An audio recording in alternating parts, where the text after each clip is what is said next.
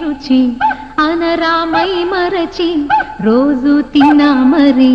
మోజే తీరనిది తాజా కూరలలో రాజా ఎవరండి ఇంకా చెప్ప